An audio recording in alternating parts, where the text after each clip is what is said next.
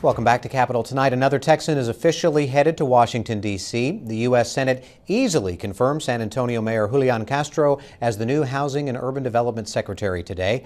Our John Salazar has the latest from City Hall in San Antonio, where Castro announced his future plans. The future former mayor of San Antonio made his big announcement here at City Hall.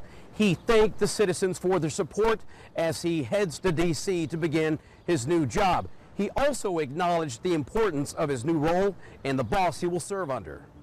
I want to thank President Obama for his confidence in me. In one of his last public appearances as San Antonio's top elected local official, Julian Castro explained his reason for public service. And that is to help create the opportunity that I experienced in my own life. The rising Democratic star now will become one of the highest ranking Hispanic government officials. I think of HUD as the Department of Opportunity. HUD plays a unique role in helping to foster prosperity in our nation. His 71-26 Senate confirmation vote further elevates Castro on the national political scene. He earned praise from both parties. Texas Senator John Cornyn voted yes for the 39-year-old Mexican-American. Ted Cruz voted no. I want to thank the United States Senate for a strong bipartisan vote.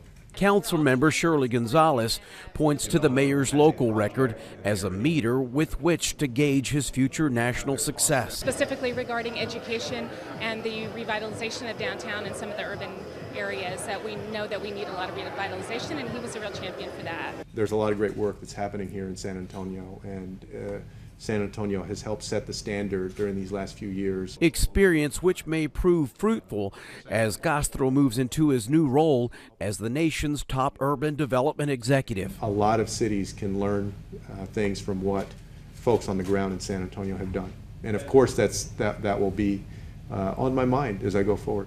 Before he can move forward, an interim mayor must be selected, a job now up to the city council. No word on when they will make that decision. In downtown San Antonio, John Salazar, Capitol Tonight. Thank you, John. And Julian Castro is not the first San Antonio mayor to join a presidential cabinet. Former Mayor Henry Cisneros served as HUD Secretary under President Clinton. Castro will also be joining his twin brother in D.C. Joaquin Castro is a U.S. congressman. Harvey Kronberg now joins us on this busy Wednesday, and there'll be plenty of time in the future to talk about the move for now Secretary Castro. But let's get to what took place up in Dallas today. Are you surprised that Governor Perry had this private audience with President Obama regarding the immigration situation? Well, the optics were better than they otherwise might have been. The president's taking a lot of incoming from both parties, obviously, for moving too slowly. Congressman Henry Cuellar from Laredo has been particularly outspoken. So this was, in a sense, the least he could do. What would have been really remarkable would have been President Obama and Governor Perry coming out and speaking together. But Governor Perry has been using the president as a punching bag for 6 years now, so the likelihood of that was fairly remote. Yeah, you know, the president, of course, arrives in Austin tonight. He's going to have some fundraisers here before talking about the economy at the Paramount Theater tomorrow. Doesn't sound like there's going to be a lot of Texas Democratic candidates lining up to shake his hand while he's here, and I would imagine that probably does not surprise you? Not in the least, but first of all, there's only two Texas Democratic candidates with any name ID at this stage, and that's, of course, Wendy Davis and Leticia Van de Putte. But the president still has probably got a 60% unfavorable rate inside the state of Texas, so separation is, there's no upside for being on stage with the president, being photographed with the president. Now, if it was Hillary Clinton or Bill Clinton, it would be a different story, but they've written Texas off, the White House has written Texas off for a long time, and it's not going to unite independent or swing voters to have an appearance with the ticket. Okay, now on to the other big story today. We heard UT Chancellor Figueroa basically accept the terms for the departure of UT President Bill Powers, saying, okay, yeah, let's go with what you want, President Powers, and that would be keep my job through June of next year, or basically through the next legislative session and the end of the academic year.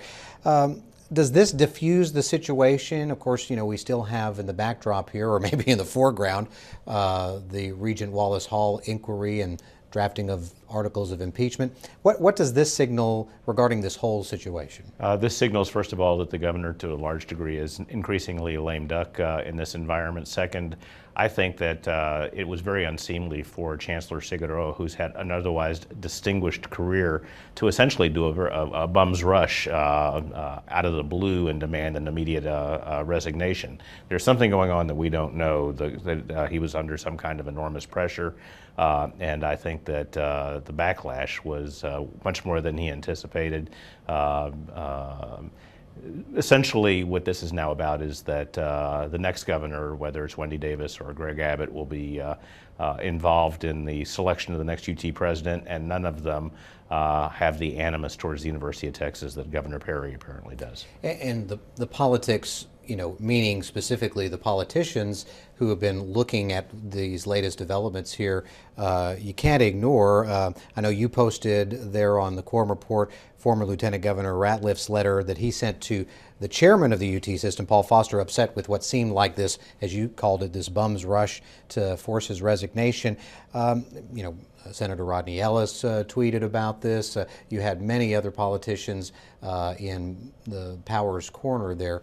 This was a lot of outside pressure, really, coming from the political world to the regents. Well, this is pure speculation on my part, but I intuitively sense that it's correct.